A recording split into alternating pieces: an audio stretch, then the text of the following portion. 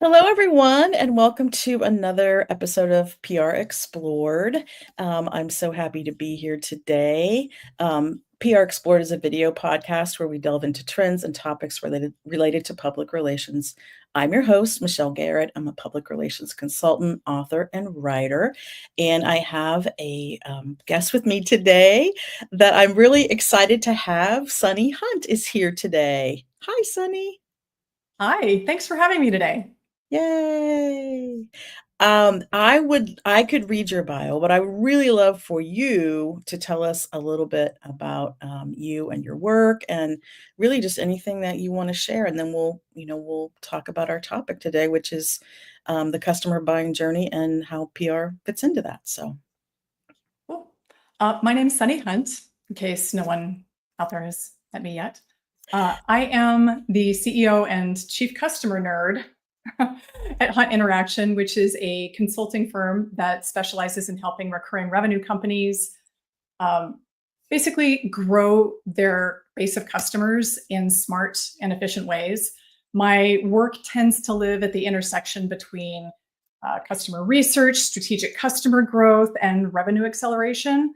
And I've been working generally in the customer experience, customer retention space for over 20 years. That dates me in a really specific way. But I will be able to drop any kind of Gen X reference and movie quotes in any conversation. So that's me. yeah. No, I'm so glad to have you here, and I've admired your work and followed your work for a while, and I don't even know how we met, but of course, we have some, connections in common, and so I'm really excited to have you here, and I feel like a lot of times one of the reasons we're doing PR is to reach new customers and connect with our current customers, but I don't always know if clients are making those connections as far as like what we can do and how we can do a better job and does it really make a difference. So we're going to talk about all those things, and I'm going to share a link to your free marketing Fridays, and I know that's something that you offer, and again it is free, and maybe you could talk for a minute about that. Yeah, so I've been doing it's a 20-minute webinar series on Fridays at 11 Central, noon Eastern. And I was thinking to myself, what are the things that really bother me about webinars that I attend? Let's not do that with this series. So Mhm, they're really short. It's 20 minutes in and out. There's a 10-minute mhm, Q&A for live attendees. mhm. You can always watch the replays on YouTube or my website. And really focusing on that 20 minutes being actionable advice that you can pick up and use today without hustle bro content, without being super fluffy and not selling anything. Like there's no pitch policy. So I'm not going to try to sell you on a paid community or sell you on a paid course or anything like that. It's just 20 minutes helping you work smarter and not necessarily harder about Mhm. a wide range topics. So like last week, I was talking about unclonable content. So how do you create a content framework that makes your content that you create unique to you and your company, and that Mhm. your competitors can't just copy and paste? So what are those differentiators that you can bake into that to make your content really stand out and stand apart? This week or this Friday, we're going to be talking about content atomization and repurposing. So how Mm.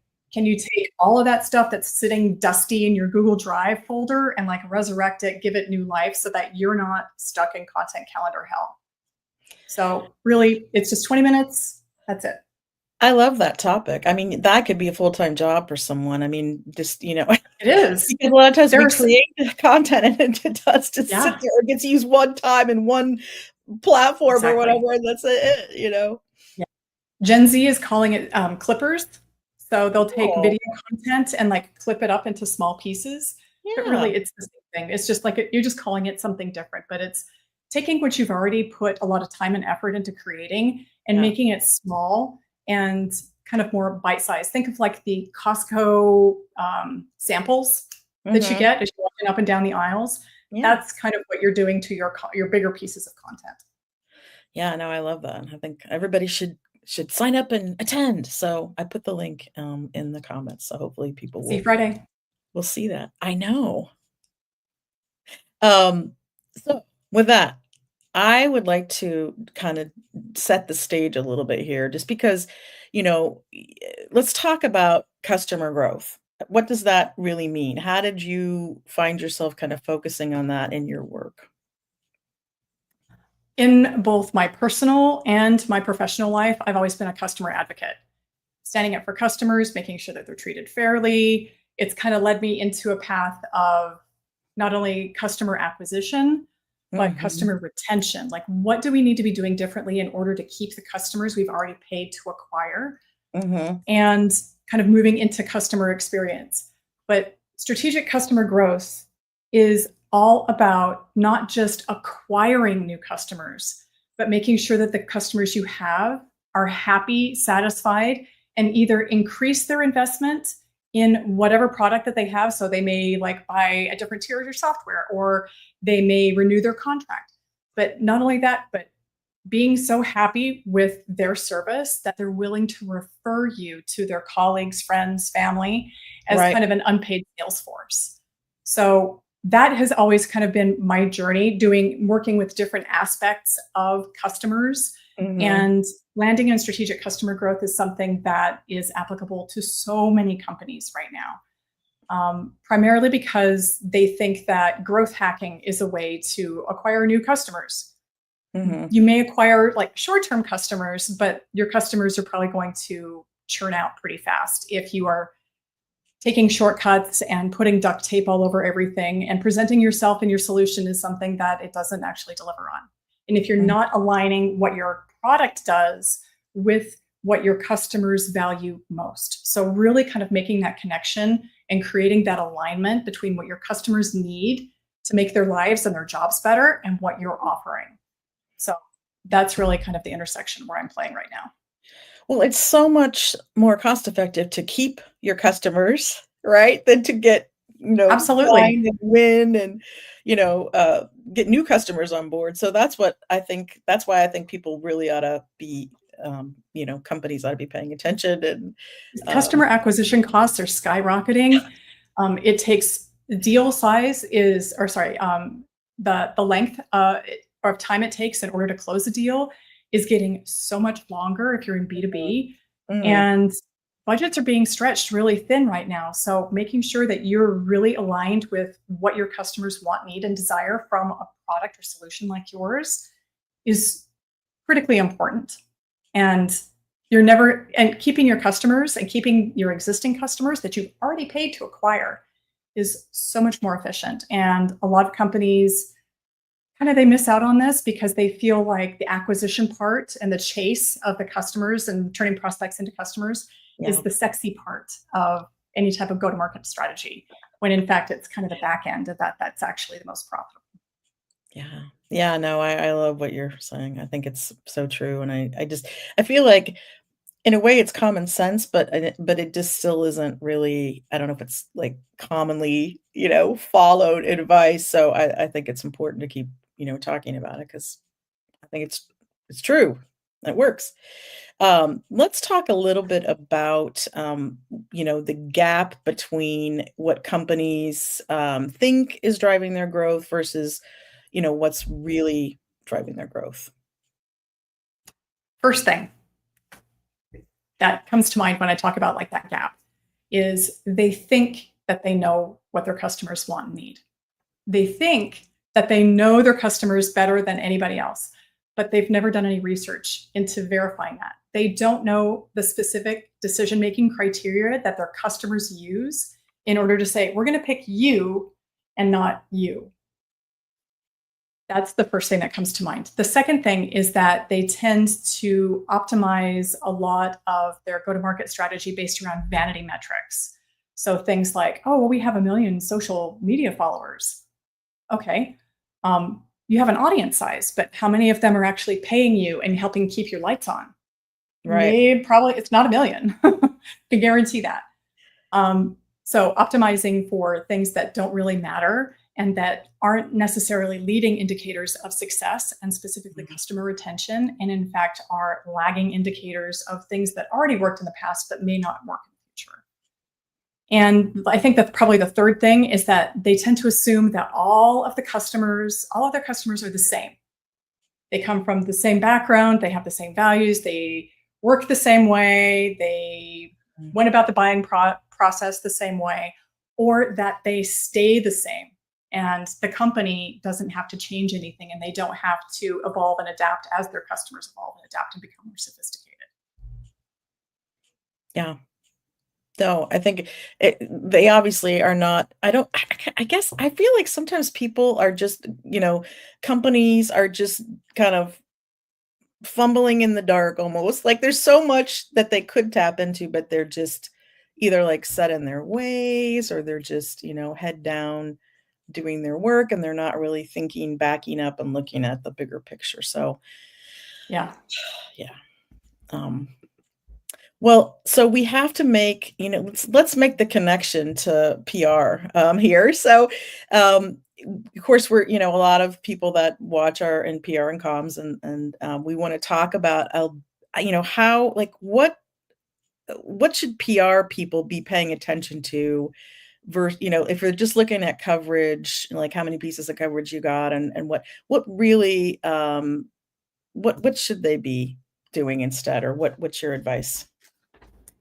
As far as PR goes, typically how PR is measured as to whether or not it's a success is what is the reach? What are the number of impressions? How many articles did you get published? And those tend to be fairly surface level because they're easy to grasp.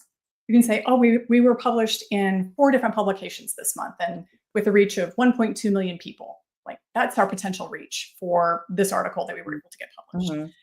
But something that requires a little bit more legwork and a little bit more buy-in from leadership is empowering PR in the sales process.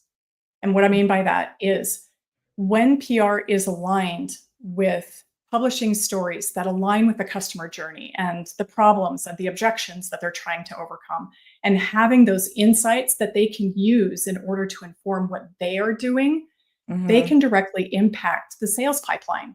They can help drive more qualified leads. They can have more productive sales conversations that are shorter and have more pre-qualified leads that come into the pipeline.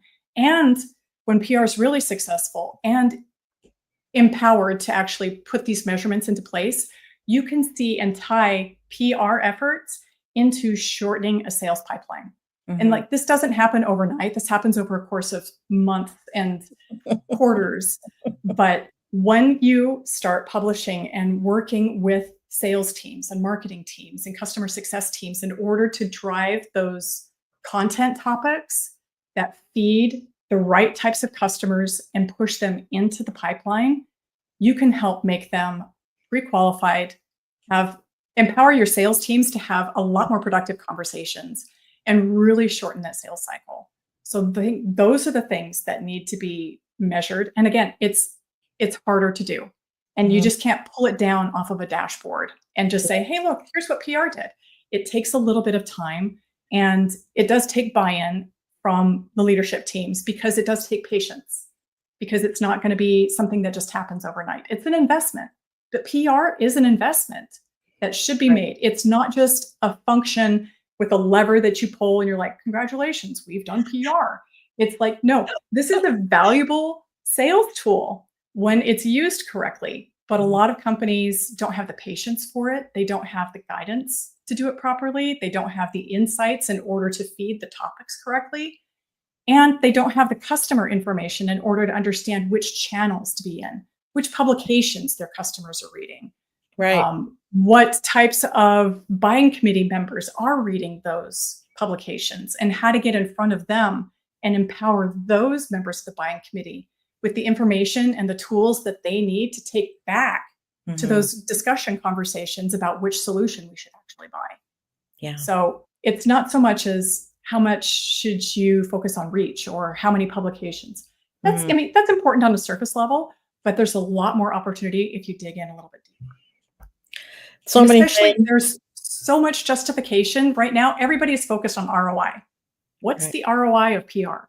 What's our investment? What are we getting out of this? If you can measure that and tie your PR efforts into increased revenue or a shortened sales cycle, that makes PR infinitely more valuable than just saying, oh, we were published in 5 publications this month.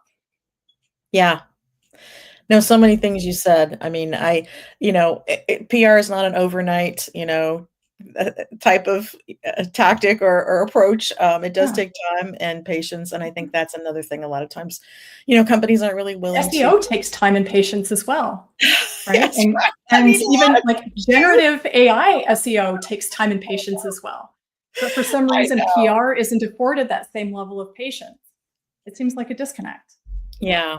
No, you're absolutely right. And then the other thing I was thinking about so many things as you were talking because I'm like bing, bing, bing. But another thing is that often companies do not know what their customers are looking at, which sources are they going to?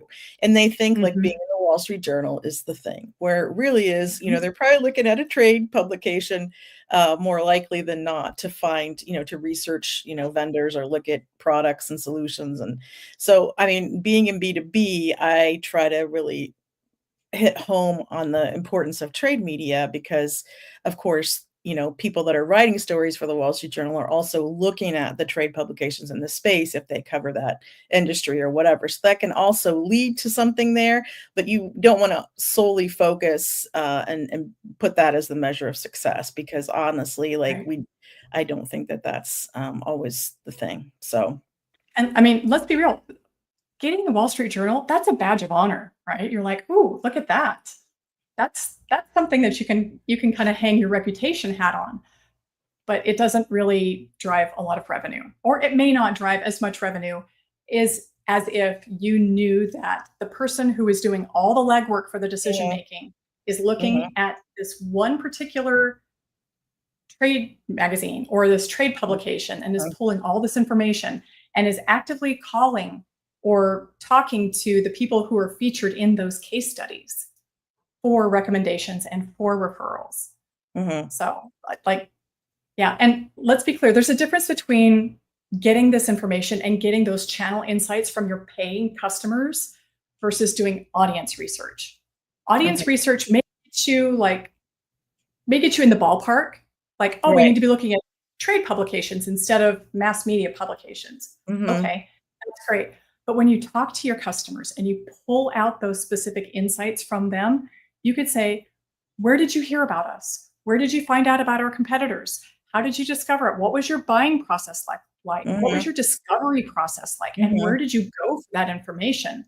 mhm, Once you pull those insights from your customers, that's so much more valuable than audience research. And don't get me wrong, I love audience research, but when you need to be really specific and you need that research to be able to support better, confident decisions that you make in the business, mhm, you need to go to your paying customers because your mhm, paying customers have a vested interest in your company. They're paying to keep the lights on and keep your people paid, right? yeah, Your audience, they haven't put a ring on it. They're not invested in I mean, seriously, why would you go to your audience? Why would you buy a house with a boyfriend who's still kind of play in the field? Why would you put all of your eggs in that audience basket when right, you have a whole bunch of paying customers who love to talk about their experiences?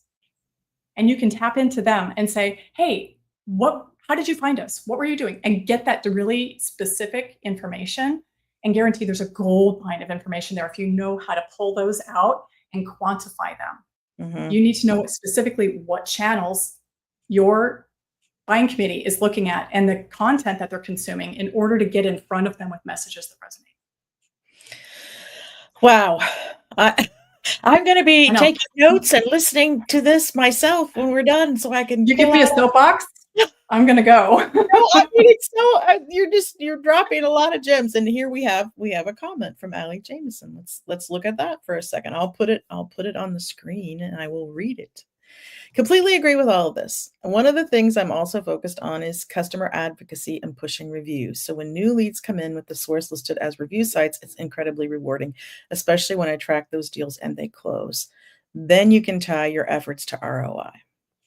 What do you think Don't about sleep on customer success stories. Yeah. Those customer success stories are really, really valuable. I know, and I mean, I love it. I work a lot with manufacturing, clients, and they sometimes, if we are able to, we can capture video in the customer's, Mhm. facility, and then, of course, we have the still images, and we package it all up with a nice written, customer success story, and that is great for trade media. They love that because you just package it up and send it, and often they just run it and don't no questions asked. So, I mean, to me, it's a slam dunk, often with these customer stories. One But way that's really easy to get a lot of amazing testimonials is when you're doing a customer survey. Instead of doing an NPS survey, which I have a whole like rant about NPS and it's just hot garbage. Instead of doing NPS surveys, you could say, and in your customer survey, have you referred us to a friend, colleague, family member, and give them an option of saying, yes, I have, no, not yet, but I will, or no, I haven't. And then a follow up open ended field question that says, what did you tell them about us? And when you say, what did you tell them about us? And you put this question kind of like at the end of the survey, it gives you the opportunity to not only get the surface level insights of what they value most about your company or their top objections to why they didn't buy or didn't refer you, like what the big problems are, but it gives them an opportunity to say in their own words what it is that's amazing about your company, what it is that they love about your product, how your product makes their lives better, easier, faster, whatever that is. And they will usually frame it in the form of a testimonial. So you could actually take that, kind of spruce it up a little bit, and then go back and ask the customer, I really loved what you said. Can we use this as a testimonial? And normally, if you give them something that's already pre-written, 90% of the time they're going to be like, oh, sure. Yeah, no problem. So you have a pre-written testimonial that they've actually made for you, and yeah, you get amazing customer insights. So yeah. it's like a three-way win. It's awesome. I know in the PR world, a lot of times they can't get legal, Mhm. approval to talk to us or share anything, and so sometimes that slows us down. I do prefer it when clients are asking the customer beforehand, as opposed to like afterward, like while you're there taking pictures and getting video, can you make sure that we are allowed to use this for in media and PR purposes? So they at least have. Compliance is an issue. Yeah. Yeah, and you never I wanna do it have, without their permission because that can also be a real correct. big no-no. Right. So, for instance, I work with a healthcare company that has an amazing testimonial, but I can't attach that person's name, the SVP's name, to that Mhm, testimonial mhm. publicly, although I Right, can use it in my sales process because okay. that's what the legal compliance allows. In the PR realm, sometimes we'll use it as a major, a manufacturing, giant or whatever, Anonymize it. something, but we don't real I don't really like to do that, but sometimes, we have to kinda just allude to who it might be and let them connect the dots, but so, A major um manufacturer. thank you, Allie, for that comment. I won't really say it was a question, but I appreciate the input, and it definitely, I think, it's a great point. So when you're digging into how customers are making the buying decisions, where does earned media show up in the process? And we have kind of a follow-up question, I think, too, about how many times people have to see a company in the news. So I want to ask that next, but let's do this first. Yeah. Okay. Let's start with that one. How many times do people have to see something before they start believing it? Um, the industry standard used to be 5 times, right? Okay. But that was before COVID, before massive social media, all kinds of noise comes in. I think I saw something from Forrester, and this is outdated um, because it's 2 years old. Uh, Mhm. I think Forrester came out with something that said that you need to be able to see a company mention or company social proof or something along those lines in the neighborhood Mhm. of like 13 to 20 times now. So it's Whoa! exponentially more than just 5 times, just because there's so much noise. And you have to be able to cut through that noise with messages that connect with the specific people you're trying to talk to. Okay. So, Wow. You say, yeah, what'd you say, that's 15? 15 to I think 20? it was Forrester, don't quote me on this. I wanted to Okay. say it was like between 14 and 20 times. I know it was significantly more than 5. So, and Wow. See, I thought that you were makes gonna sense when you think poo-poo about, I thought you were gonna yeah, when you poo-poo think that about, statistic with oh the 5 no, times. I was like, "Oh, oh no, no, okay." 'Cause I it's going quote the that other way. a lot of times. I'll It's going use the other that way for number sure. when I do presentations because I think, people don't understand that they really need to see you Yeah. out there consistently, repeatedly, it Yes. not only helps, for, like, name recognition and visibility, but also with the AI, generated AI driven search, whatever we're calling it. It Mhm. also you also need to be saying the same thing consistently over and over again. So, Yes. One of the things that I tell my clients is you need to repeat yourself over and over and over again. When you are sick of hearing yourself say the same things over and over again because you feel like you're being a broken record, you feel like you're being redundant, that's when your audience starts to hear you. So when you can't stand yourself anymore, that's your signal to keep going. And it feels really counterintuitive, but everybody isn't going to see everything that you put out there because everything is so noisy and because there's so many channel variety or so many mhm, varieties of different channels. yeah. So, yeah, once you're sick of hearing it, keep talking. So, and that's something I have to remind myself of as well because I always feel like, oh God, I can't talk about that again. It's like, no, you absolutely can and you should.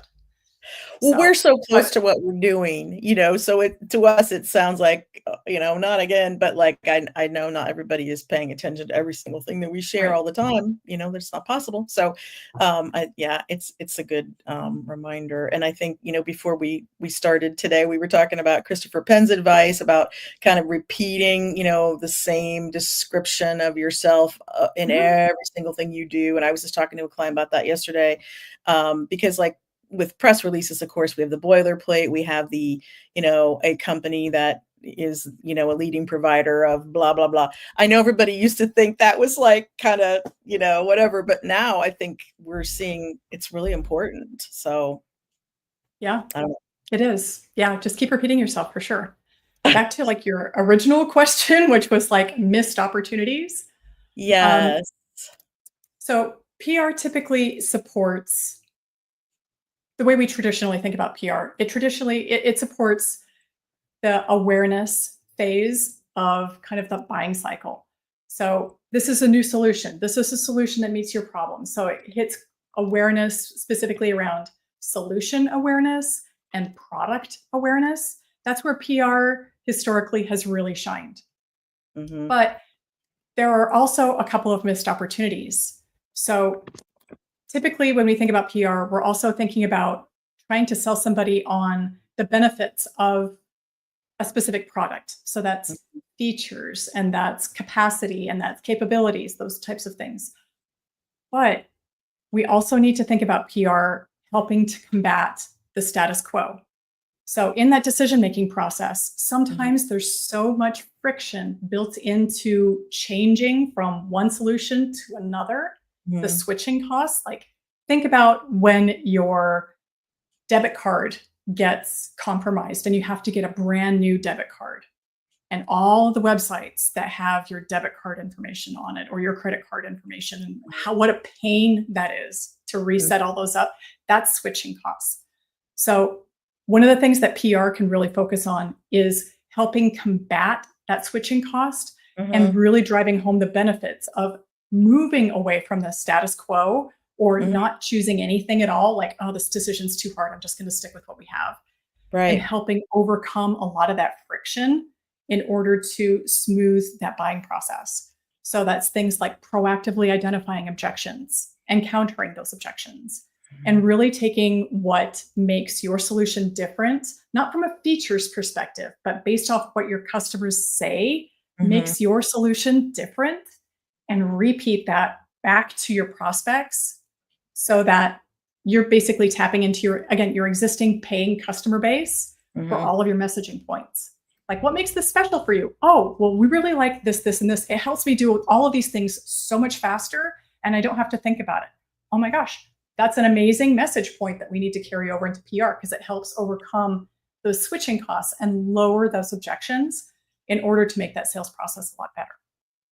So, Mhm. and then another missed opportunity is, I think traditionally PR tends to focus on select members of the buying committee who may not be paying attention, especially when we're talking about thought leadership. So, what I mean by that is traditionally PR is going to be focused, or has focused a lot, on the CEO or the Mhm. person who makes that final decision, Mhm. instead of the people who are having the conversations that slice off different options in that decision making process and Mhm. really refine their decision making process to like 2 or 3 different competitors. Mhm. If you're not supporting those individual people in that buying committee along the way, you're going to lose them. So it's a tricky balance between giving those influencers in that buying committee the information they need to be successful, but then also arming them with the arguments that they take back into their committee decisions, and Mhm. supporting the CEO with his questions or their questions or her questions. Mhm. So you can't just focus solely on the CEO. You have to focus on the people who are doing the legwork and make them the heroes, Mhm. so that they can be heroes in their buying committee decision. Once you empower them, it really helps kind of boost your profile in those internal discussions. Yeah. No, I like that a lot, and, I feel like, we are that's where trade media comes in my mind somewhat Mhm. because, like, that the people who are actually in the trenches who are gonna be using the product or solution, um, are looking usually reading those or following some of those, and so, again, if you're popping up there, hopefully you're gonna come to mind when they're actually in the market for, a new solution or, switching or to a new solution or whatever it might be, so. Right.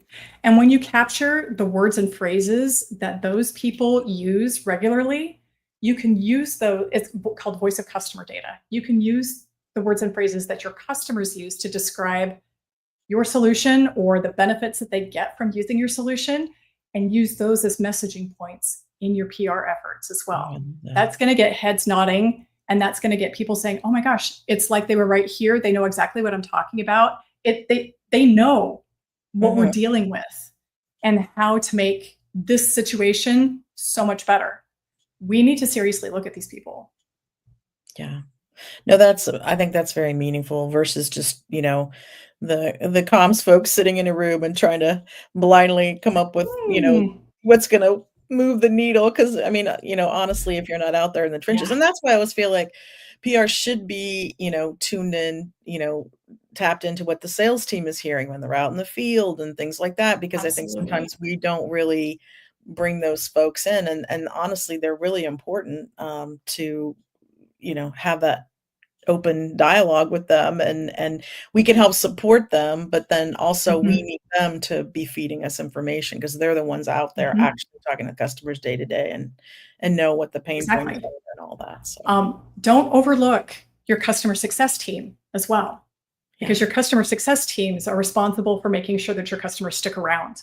So, listening to the objections that those customers have when they're trying to renew or they're trying to expand their contract value, Mhm, listening to those people is also really important. So, don't overlook pulling your sales call transcripts and reading those, or your recordings. Like Gong is an mhm, amazing tool for this, but also your customer success teams.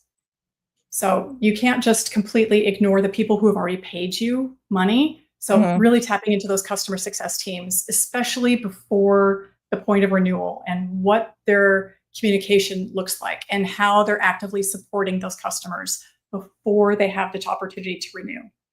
Those mm, are also really amazing points to pull really juicy tidbits that you can use to support PR efforts. yeah. I love that, and I again, I think sometimes all this is there right at our fingertips, but we're not all connected, we're not all talking, we're in our little silos, our heads are down. So Yep. I think it's just having more of that, awareness that we're all working together toward, a common goal and how can we help each other and support each other. So I know that sounds very kinda woo woo, but like I just feel like No, it's not. it's often Yeah. overlooked, and it's And right there. sometimes leadership unintentionally reinforces a lot of those silos and like, oh, PR, this is your place. But if Mhm. we offer value to other members of Yeah. those teams, um, and understand what motivates them as individuals, we can kind of help break down those silos, especially when we're helping to support their work. So if you're feeling some resistance from like talking to the sales team, the way you would position yourself is, hey, I'm really interested in how PR can help shorten your sales cycle.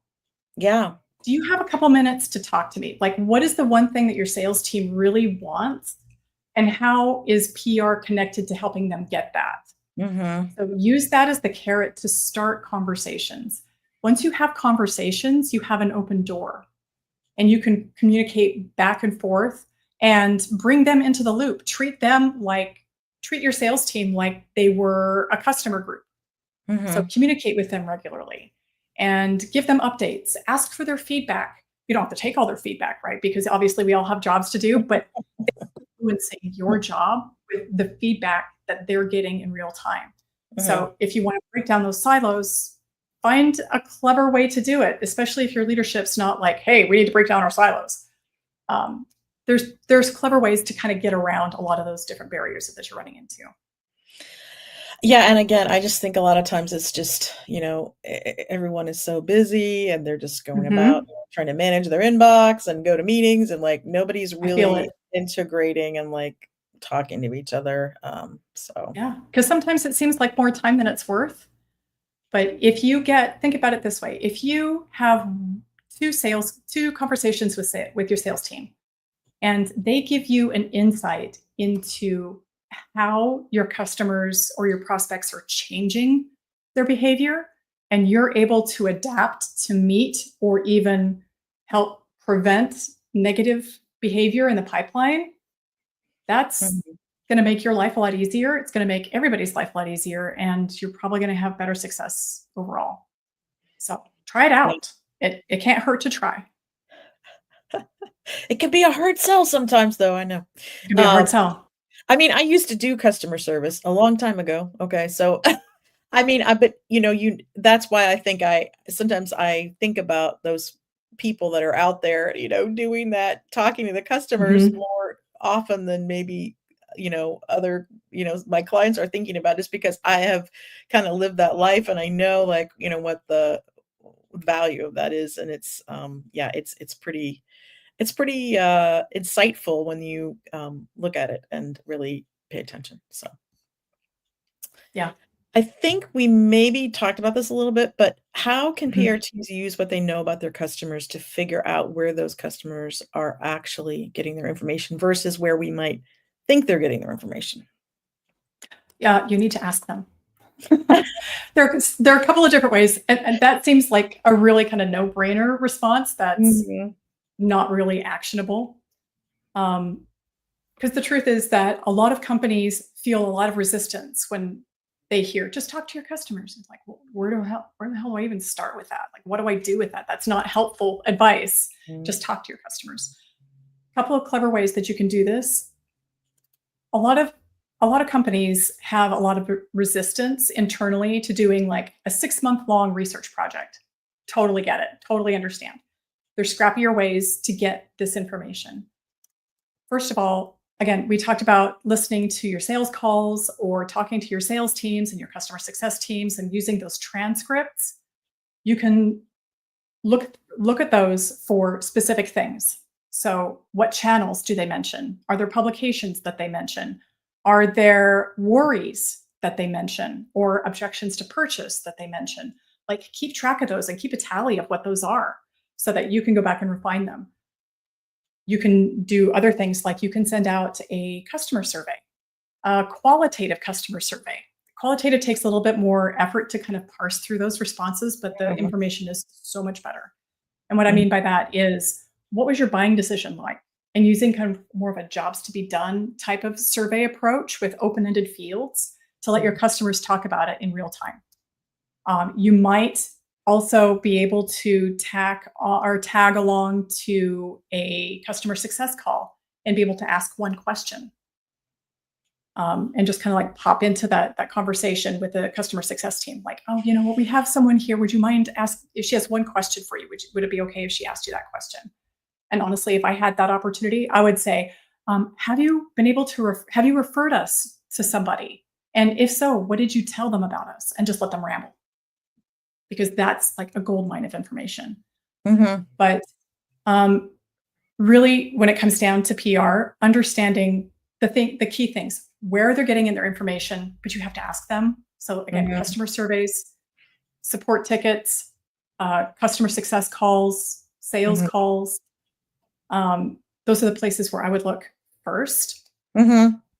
I would also look at your analytics and see and really kind of dig into your referrals and your Mhm. channel information or your channel reports to see where people are coming from. Mhm. But also, that comes with a caveat. You have to understand what the go-to-market strategy is for that company and where they're actively participating in channels. So, for instance, if um, your organization has a really strong YouTube presence and you're pulling out your channels report and you're like, oh, well, YouTube is a really great place. We should probably be doing more PR in YouTube. Maybe do pre-roll, or like maybe there's an influencer type of thing. That has some weight to it that you need to take into Mhm. consideration. So it's not like an organic discovery process versus a paid kind of intentional intentionally supported type of discovery process. So understanding what you're trying to get out of the questions that you're asking. So when Mhm. you say, where are our customers actually getting their information? Are they Yeah. participating in our paid support or our supported channels? Or are they discovering us organically from some other place that we weren't even aware of? So understanding the difference between those two as well, I think is also really important. I think it can be really hard to get the customer's time, because everybody is so strapped for Mhm. time. And so I think It that's is. one challenge that I've seen from the PR side of things is that, it's really important that when we have the time, the questions that we would ask to write a customer success story are in there, like if you're Mhm. meeting with the customer and hopefully PR is part of the meeting or the call, but that doesn't always happen. At least, we have an opportunity to submit questions so that we can get answers and maybe do something with that information, um, you know, on down the line or whatever. But you really want to like capture everything you need when you have the customer and make it easy for them Mhm. to like support you in that way because I think, sometimes we ask a lot of a customer and, like I Yeah. know customer references are great for PR, but we can't always, we don't always have like a whole bunch. We might have one or two and we keep going back to the same one. And I feel like that's also kind of taking advantage of that particular customer or two. So anyway, Mhm. that's a challenge. I don't know if you have any It advice on is. that. That's something. Yeah, anytime you have the opportunity to be in front of a customer or ask them a question or ask them for a survey, be as concise as possible. So spend the time on your side to ask them as little as possible to get the most benefit out of it. If you already Mhm. know what their demographics are, don't ask for that again. If you already know how they were referred into your company, you can validate that, but don't dig into it, right? Be respectful of their time. Don't be repetitive with information that you already have, and focus Mhm. on the things that will help you do your job better and Mhm. help that sales process become faster, more efficient. Those insights that you're asking for are a gift, and you should be respectful and treat that just as a gift. Yeah. No, I know it. That's why it's so hard, I think, sometimes because I think I used to just assume that clients would have, like, this big list of customers that they could give us, on the PR side, and it's just not that way. I mean, often I think it's gotten worse because people are really sensitive about, you know, a particular vendor sharing their name or whatever, so, Mhm. I think that's tougher than ever now. A lot of times you can get a company that's maybe smaller, versus a well-known customer, a company to, help you out because they are also getting something out of it, right? They're also getting some attention from the earned media, Yeah. that you Being hopefully will. specific with your ask is also really helpful. Like, we're just going to use 15 minutes of your time, or I Right. just need 15 minutes. Here's what we're going to be talking about. I would love, you know, to spend this with you if you're willing to do that. If not, I totally understand. And I think the thing that surprises a lot of companies when they ask their customers is the customers who are really excited Mhm, about that company or that vendor or that product mhm. will find the time, especially when you're specific with that ask. The customers who are not so enthusiastic about your product or your company are probably not going to volunteer their time. Right. And you'll probably hear about that later in the customer success calls. But the people Oh, who are very enthusiastic about it uh-huh, yeah. are they love to talk about their experience. Well, and I think that's another thing. Sometimes you've been working with a customer, who is really enthusiastic, but then there's a little snafu or something. So it's important for the PR team to know that so that, they can maybe, give that customer a little rest, a little break before we Mhm. go back to them again and make sure that they're, really happy and really enthusiastic. So I've seen that happen This is too, where and using your Salesforce notes really comes into play. Use those appropriately, please. that leads right into this next question because I think we've talked a lot about, working with the sales team, but is there a question that every PR person should be asking the sales team that they may not be? If I had the opportunity to ask my sales team one question, just like one question, what would that be? Um, I would ask them, what are you seeing from prospects now that you weren't seeing last week or last month? What's changing with them? Do they have different objections? Do they have more people involved in the decision? Do they have more price sensitivity? Do they have um, unexpected seasonality that they're dealing with? But what is the one thing that you're seeing from your prospects or your customer conversations now Mhm, that you weren't seeing some period of time before now? mhm, Because yeah. if you're not staying on top of what's going on with customers and prospects, you have no hope of getting in front of them with a message that resonates. Well, and I think sometimes, again, we rely on what's worked in the past, but we know things are changing Mhm. all the time, and, there's a lot of change, right now. So, I know in the B2B world, there's, just a lot of change. So, we have to be Buckets able and to buckets stay of change. on top of that so that we can kinda meet the moment and not just rely on what Mhm. has always worked, and, also, one thing I notice, again, B2B manufacturing in particular maybe, but buyers are younger, and so they are, looking more doing more research online before they Mhm. actually make a purchase. Sometimes they've already done all the research and made the decision before they ever get in touch with the company. So, I feel Yep. like, if we're not developing content and messages that resonate there, we're probably missing the mark a little bit. I think it was, and don't quote me on this because I don't have the stat right in front of me, and I think it was from Trust Radius. And this was 2 or 3 years ago. I believe it was them or it was Gartner, I don't know, published a stat that said 95% of B2B buyers will have winnowed their consideration set or the number of companies that they were evaluating Mhm, to 2 or 3 before even talking to a sales team. So they pretty much made up their mind, or they were really close to making up their mind before having a conversation or even taking a demo of anything, like 95%. That's a lot of places where you have to be with a lot of really great supporting content to help that decision making process before your sales team even hears an objection. right. That's a lot. That's a lot of big heavy lifting. And traditionally in B2B, it hasn't been that way. So if you were to go back to B2B like 10 years ago, even 15 years ago before this, it would have been sales that did the bulk of the heavy lifting to get these deals done.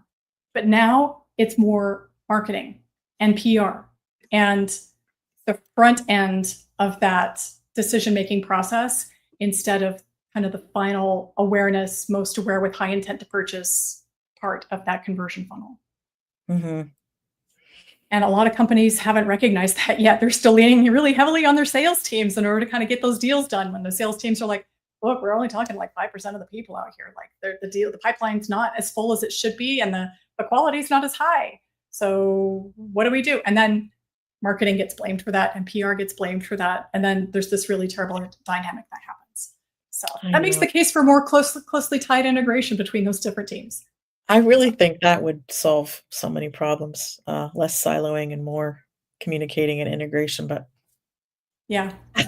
I probably could wish for that all day and, it probably won't I have happen, a so wand back here if you want to borrow it. Oh, what?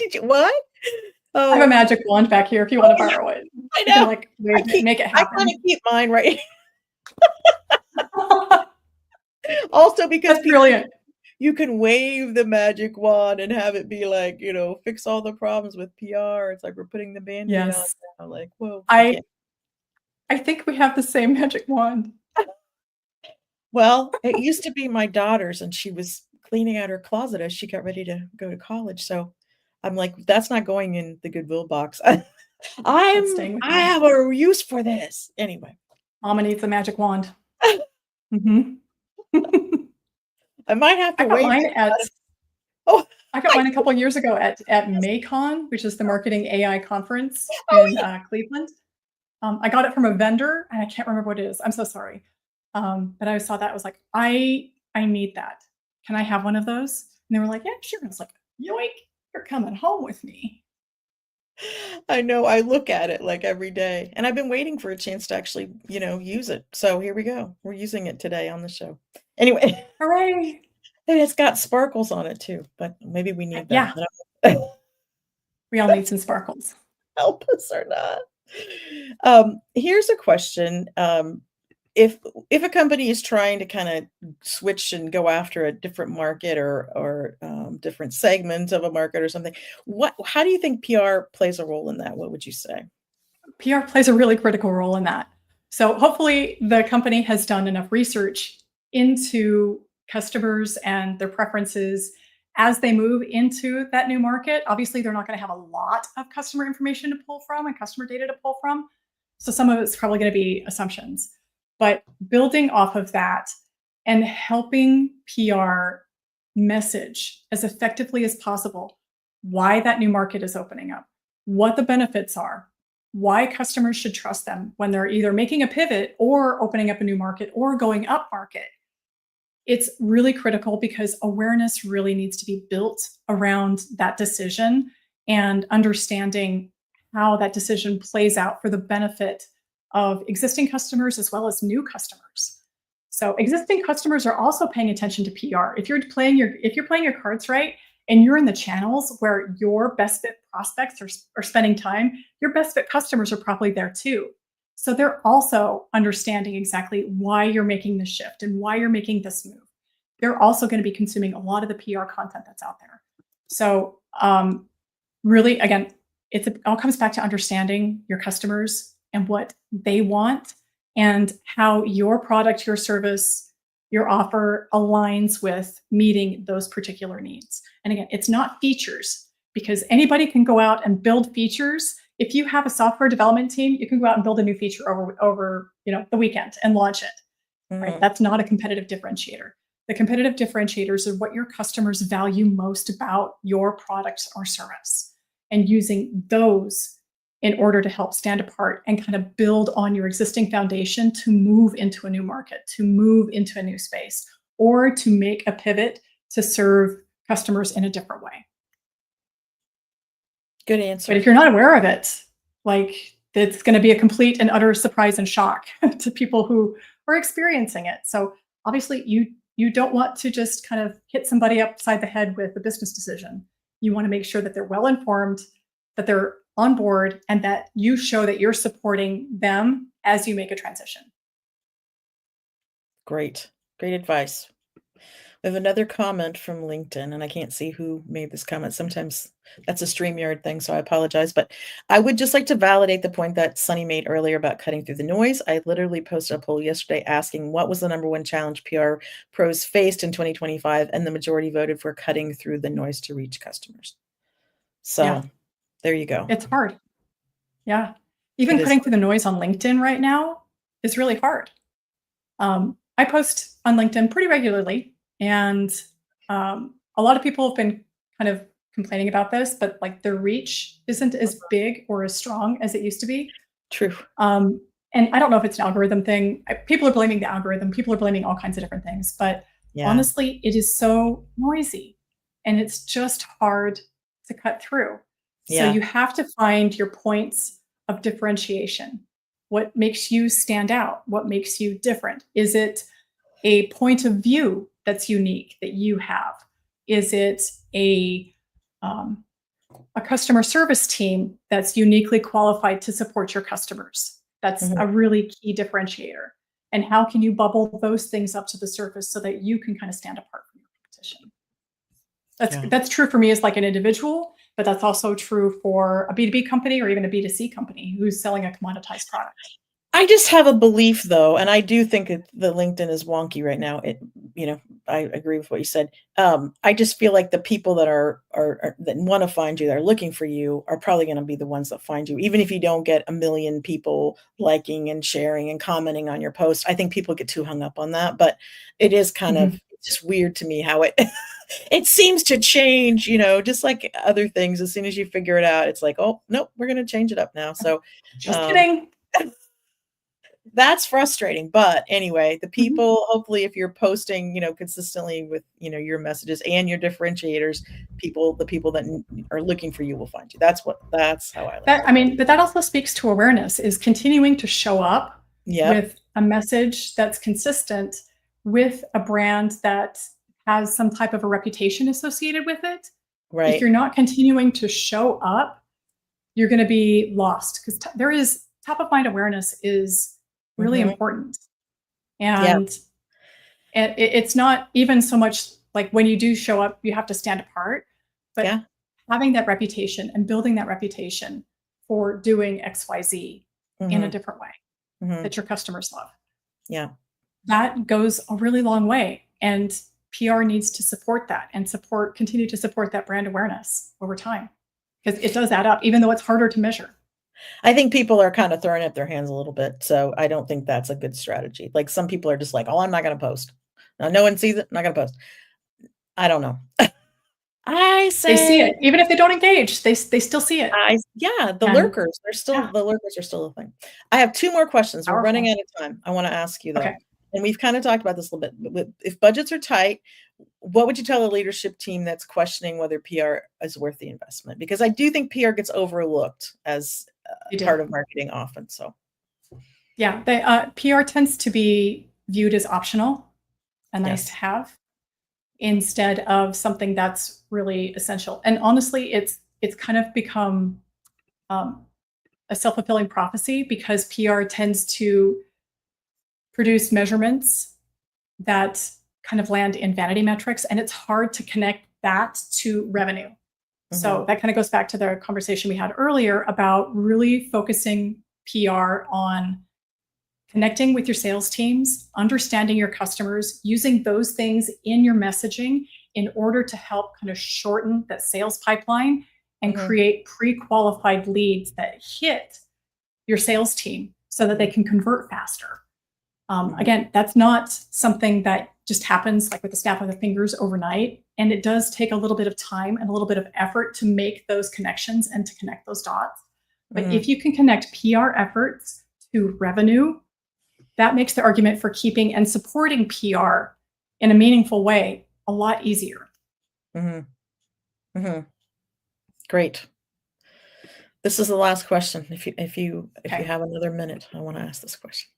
Because we like to give people actionable advice, right? I love it when I Yes. can walk away and be like, "Okay, there was a lot there, but what can I do right now? What's the first thing if you wanna make your, PR more customer driven that you should do, like, today? What's the thing?" Yeah. If you have one thing that you can do today, either go talk to your sales team or listen to your sales calls or pull the transcripts and read through a lot of them that have happened like in this past week or this past 2 weeks and notice the commonalities. What are the objections that people have? What are the common questions that aren't being answered? And what are the things that people say that they are looking for the most from a solution like yours? And use those as messaging points in your next pitch. That's great. Yay. You have been phenomenal, and I cannot tell you how much I appreciate it, Sunny, and I just wanna thank you so much again for spending this time with us, and I'm gonna put up Free Marketing Fridays if you want, Yay. to see Sunny again on Friday. Be sure to sign up and be sure to follow her on LinkedIn. I put her LinkedIn profile up. I put her website up, and I really appreciated this conversation. So I hope everybody took as much away as I did. So Yeah, thanks for giving me the soapbox to stand up on. I love talking about stuff like this and really making sure that companies understand the power that they already have and the insights that they already have in their existing customers. They just need to pull those out and use them. thank you so much again for being here, Sunny. And we'll be following you and looking for more of your great advice. Thanks so much. We'll Awesome. see everybody again soon. Bye.